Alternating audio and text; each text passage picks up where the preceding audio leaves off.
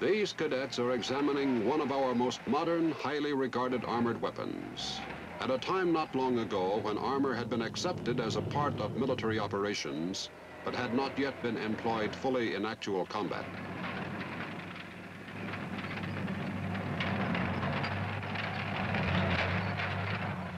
Contrastingly, here are three of today's armor vehicles: the M113, the M60, and the M48.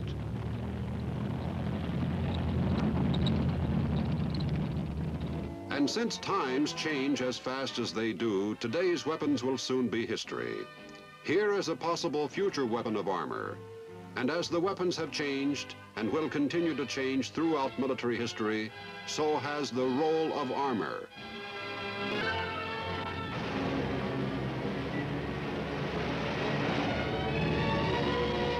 A tank is the most impressive of any mobile ground weapon, and it takes a lot to stop one.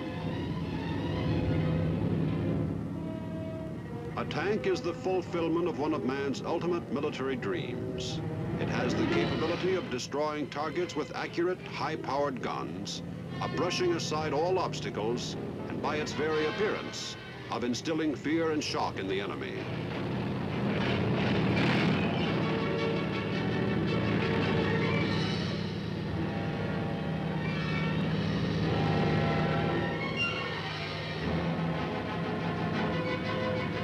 As a facet of armor, the mission of the tank is an all-encompassing one. And today's armor is capable of executing all types of ground combat. It is characterized by the essentials of a tough fighting force: mobility, firepower, shock action. Its role today is vital. Historically, it has encountered and overcome both technical obstacles and human doubt.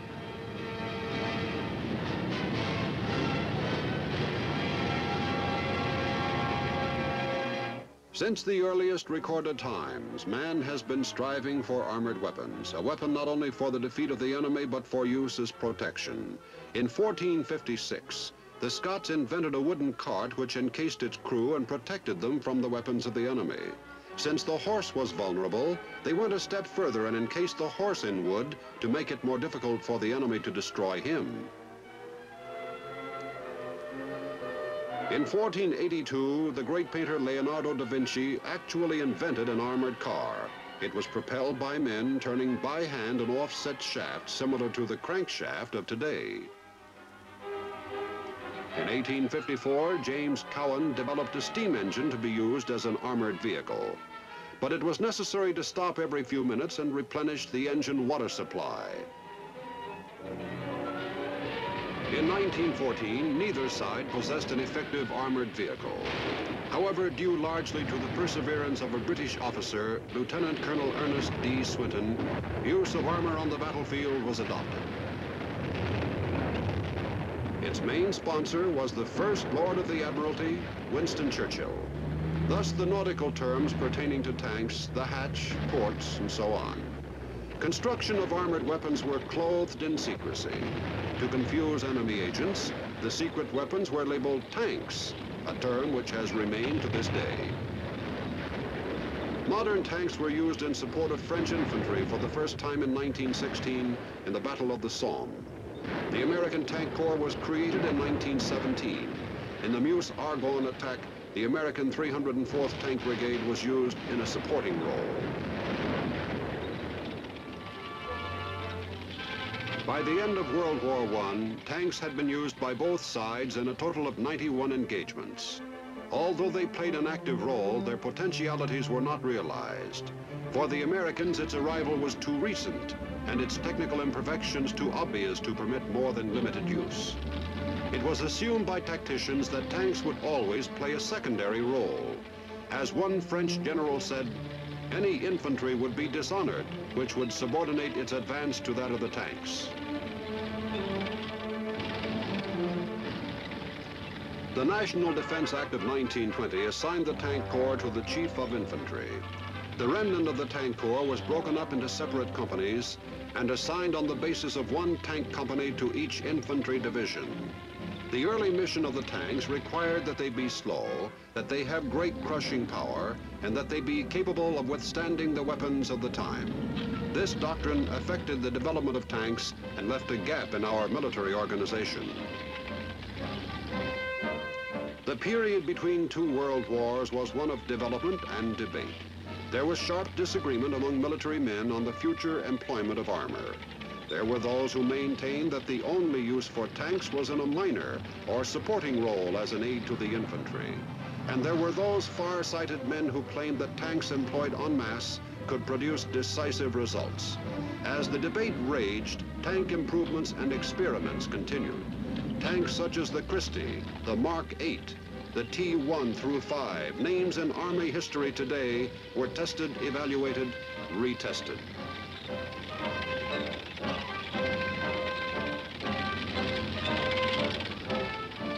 The more discerning military minds realized the advent of the tank had restored mobility to the battlefield. They also knew a most important role which the tank played was one affecting morale. The tank shock action, its ability to stun the enemy until his mind is dominated by his emotion of fear and self-preservation, was a weapon which could be used to attack the nerves of an army. The tank school was organized at Camp George G. Meade, Maryland.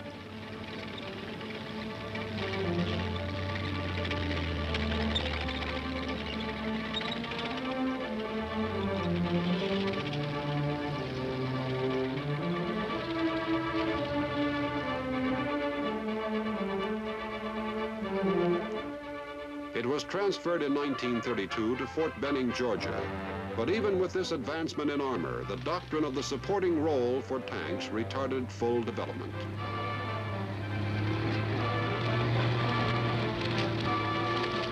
Meanwhile, a former corporal in World War I had emerged from a bloodbath to become the leader of the new Germany. On his 47th birthday, he was treated to an impressive display of military power, built partly in secrecy and forming a potential threat to the peace of the world.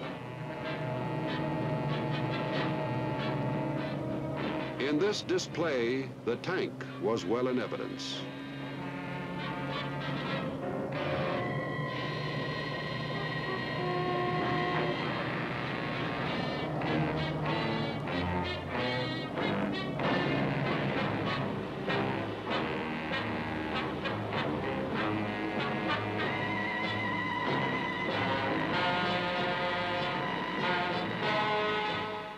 Unlike the hesitation with which our military forces viewed the tank, the Nazi war machine established them as a vital part of the military buildup.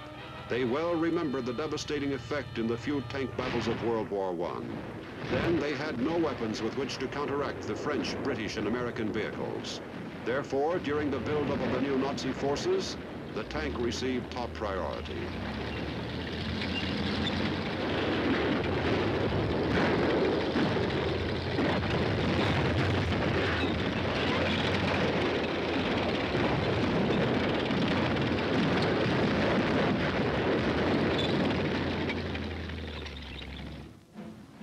And so 18 years later, it was another story. The tank was theirs now. They were an awesomely powerful sight, whether in action or on parade through the small towns of Germany. They instilled in the spectators a feeling of superiority, of the mechanical might that was the heart of the new order.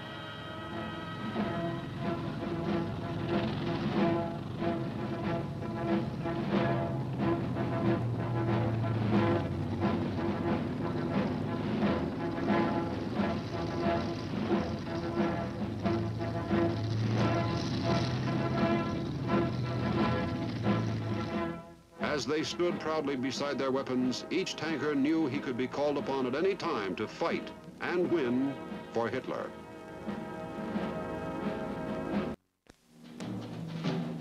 The period of peace came suddenly to an end when Nazi hordes moved into Poland in September 1939. Here Hitler jubilantly watched his army as they poured into the all but defenseless country.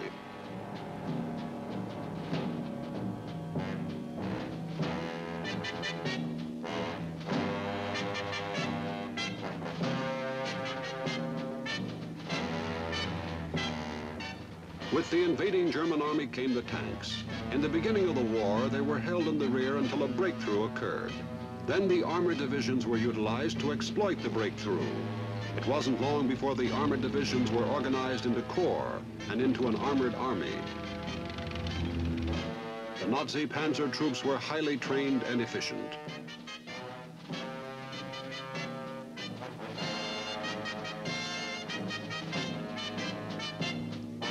As they moved through Western Europe like a mighty juggernaut, over rugged terrain and formidable obstacles, their success was plain for all to see. The success of the German armor hastened the creation of our own armor organization. In 1941, the first full-scale armor display took place at Fort Knox, Kentucky, a main center of armor activity since 1933, and the armored center today. As late as June 1941, there were only 66 tanks in the United States Army. The tank program sped forward rapidly. Each new production mark was hailed with celebration.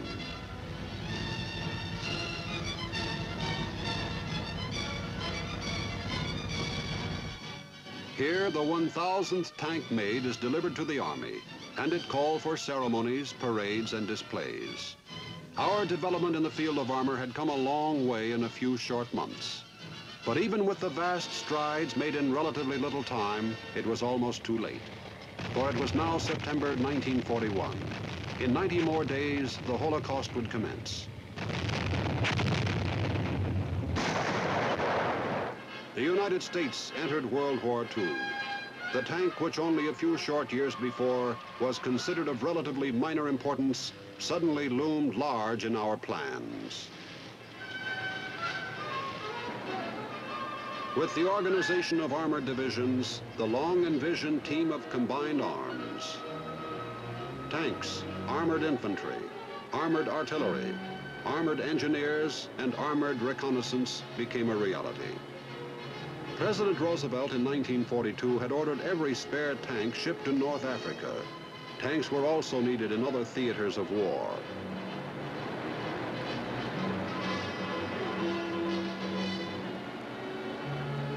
The dispensing of these tanks to all parts of the world was a huge and complex task. The tank was to serve two basic roles. Separate tank battalions were to support the infantry divisions. Armored divisions were to perform independent action. German armor had performed the same two functions in its blitzkrieg through Europe. We met our obligations. These tanks, shipped from the United States to England, are tested for maneuverability before being sent out into battle.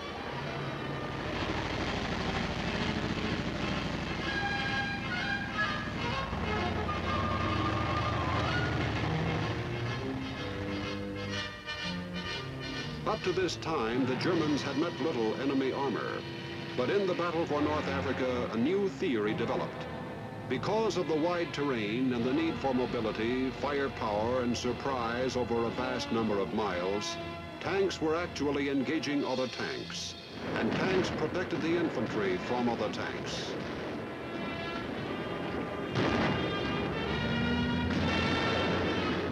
It was on the burning desert sands that the tank proved itself, passed the test of essential requirements: mobility, firepower, shock action.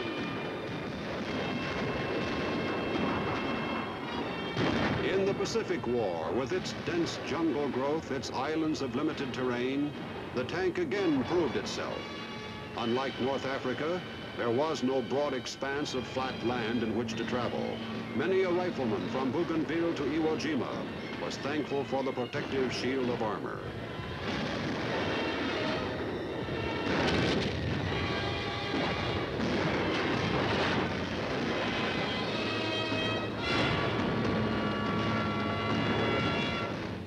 To those who believed that the tank was useful only over a broad expanse of territory, it was proved in the Pacific that the tank could maneuver effectively and with a relatively comparable amount of power in limited areas.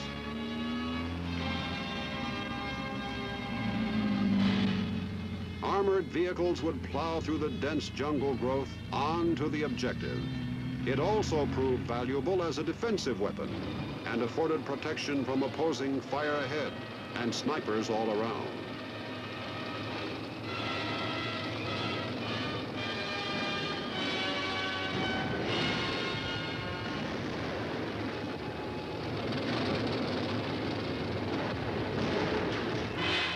D-Day, the invasion of Europe.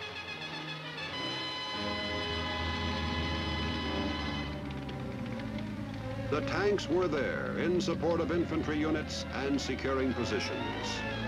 General Eisenhower in his report said casualties were comparatively light, due in effect to the firepower of tanks landed in the leading waves of the assault. Armored divisions started to land on the beachhead on D+4, June 10. Elements of these divisions were used to support infantry attacks during June and July, before the main Allied effort was made. The infantry was materially aided by the firepower of armor.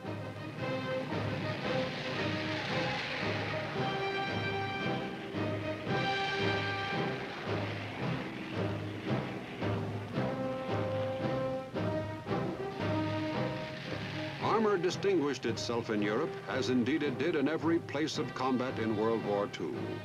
Few decisive victories were gained in World War II in which armor did not play a part. It proved to be the most effective weapon with which to exploit successes to the utmost. Armor came to be known as a weapon of decision.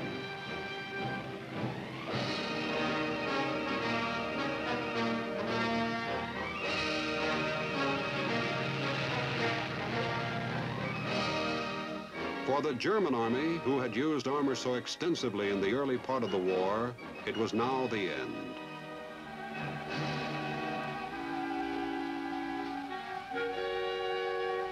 We entered Korea to defend it from the communists with few tanks. The North Koreans were well equipped with Russian-made tanks.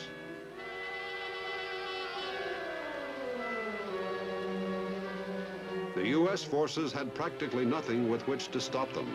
A provisional tank unit was quickly organized with the few tanks that were available in Japan. 4 tank battalions were hurriedly shipped from the United States. The tanks were received at Daegu. With the arrival of tank units in Korea, things became more balanced. U.S. tanks, as part of the UN force, swung into action quickly. The North Koreans had made it rough in the early days of the conflict, for they had no opposition. Now they were feeling the brunt of our power. U.S. forces were able to stop the communists and hold them. The establishment of the Pusan perimeter permitted us to build up an offensive force. This was largely due to tank support. During this holding action, maximum advantage was made of long-range direct tank fire and small, hard-hitting tank elements to maintain the lines.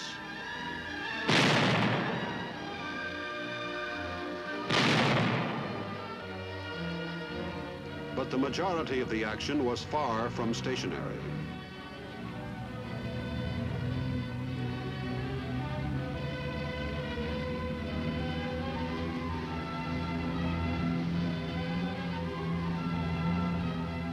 On August 30, 1950, 9 weeks after the communists had attacked in Korea, the 24th Division, supported by tanks, attacks a hill near Pohang.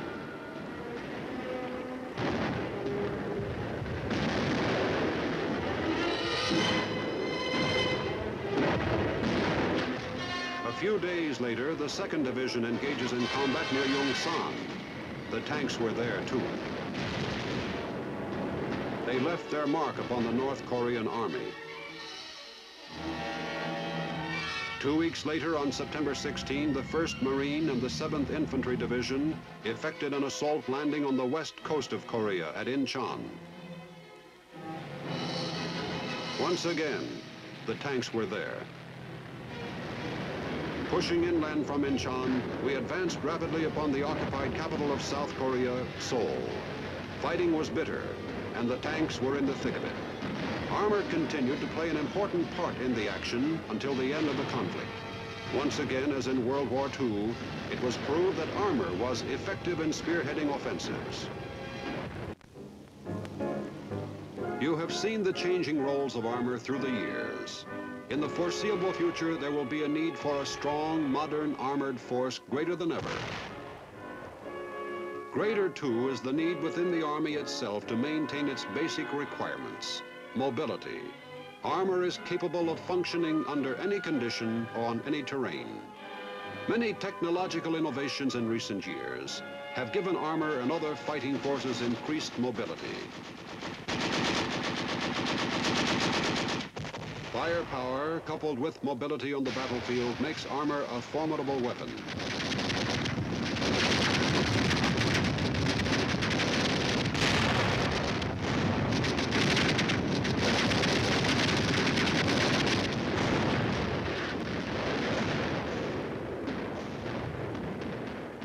With ever-improving equipment and even more lethal weapons, armor will keep abreast of modern offense and defense.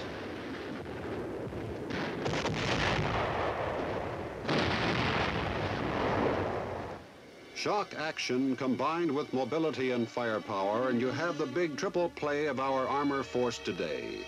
The best protection on the field of battle is armor. The best offensive is one of armor. The effectiveness of an armor team is illustrated in this engagement between two opposing forces. Although it is a sham battle, its eventual outcome would be true on any real field of battle.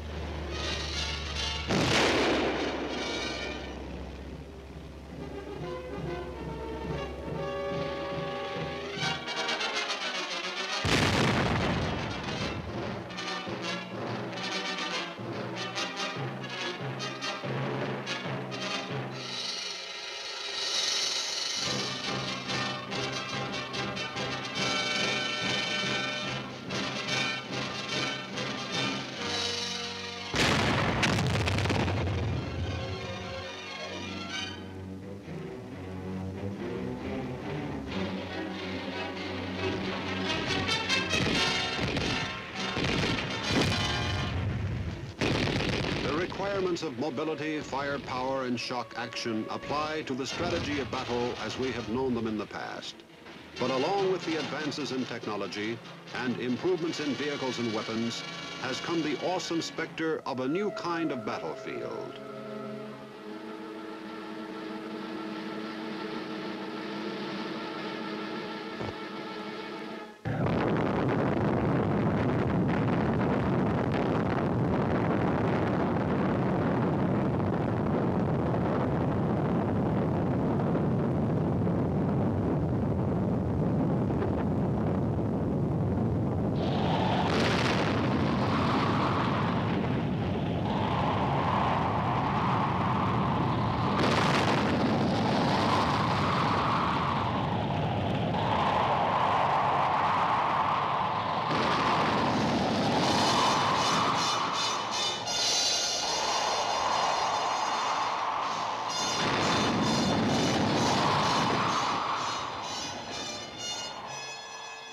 This cloud of deadly dust seen from a distance signifies an end to the concept of warfare known for centuries. It ushers in the age of the atom and hydrogen bombs, when the exploding of one projectile can cause inconceivable destruction. The tank has been tested under nuclear conditions and has passed the test. Its usefulness has not been limited but extended. Under such conditions, its serviceability remains unimpaired. It maintains its capability of counteracting any enemy ground attack. In fact, a tank may well be one of the safer places to be in the event of an atom or hydrogen bomb explosion.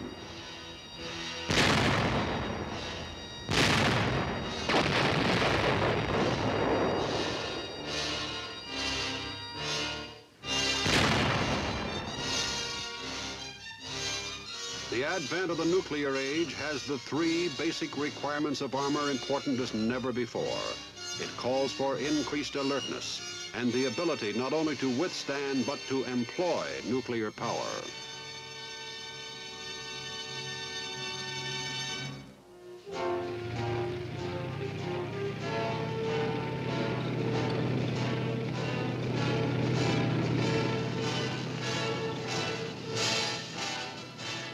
And how will armor meet the demands of the future? The answer is supplied by Lieutenant General Arthur G. Trudeau, Chief of Research and Development, Department of the Army. The answer lies in this fact. The fantasies of today will be the realities of tomorrow. You've just seen the tremendous strides made by the development of armor forces over the past decades. It's indeed an impressive record. But to rest upon laurels is not only insufficient, but dangerous. The tank of World War II was an achievement in those times. Today, it's just a museum piece. And with the explosion that's taking place in science and technology, the pace of everything we do is rapidly increasing today. Our newest main battle tank is the M60. It's capable of defeating all armored vehicles known to exist today. The combat weight's 50 tons, which is 3,000 pounds less than the former model, due to the extensive use of aluminum. At the same time, this has resulted in better armor protection for the crew. The tank has a completely new 750 horsepower diesel engine, capable of operating for 300 miles without refueling. Its tracks are 28 inches wide to give it better mobility. It can climb 60% grades and 3-foot vertical obstacles. It can ford streams of 4 feet in depth without prior preparation. It can average 15 miles per hour cross country and 32 miles per hour on the road. The M60 is armed with a 105 millimeter gun with a much more effective fire control system, a 7.62 millimeter machine gun, and a 50 caliber machine gun, which give it a capability of delivering tremendous firepower against a wide variety of targets. The M60 tank is Armor's 1961 model. As I've stated, it is without doubt the best tank of any army in the world. But in these times of peril, it is wisest to act in the present and think of the future. There's nothing permanent in technology. The Christie tank has become a part of armored history. Soon the M60 will be history. Already, Army research and development is engaged in meeting the future demand for improved armored weapons. With our awareness of today's fantasies becoming tomorrow's realities, the vista of the world hold unlimited promise. New developments are underway to give armor much more speed, mobility, firepower, and although the conception seems at the moment in the realm of science fiction, who could say that someday the flying tank or the flying saucer would not be a reality? Past, present, or future, in the realm of nuclear or non-nuclear combat, the role of armor is and will continue to be a vital one.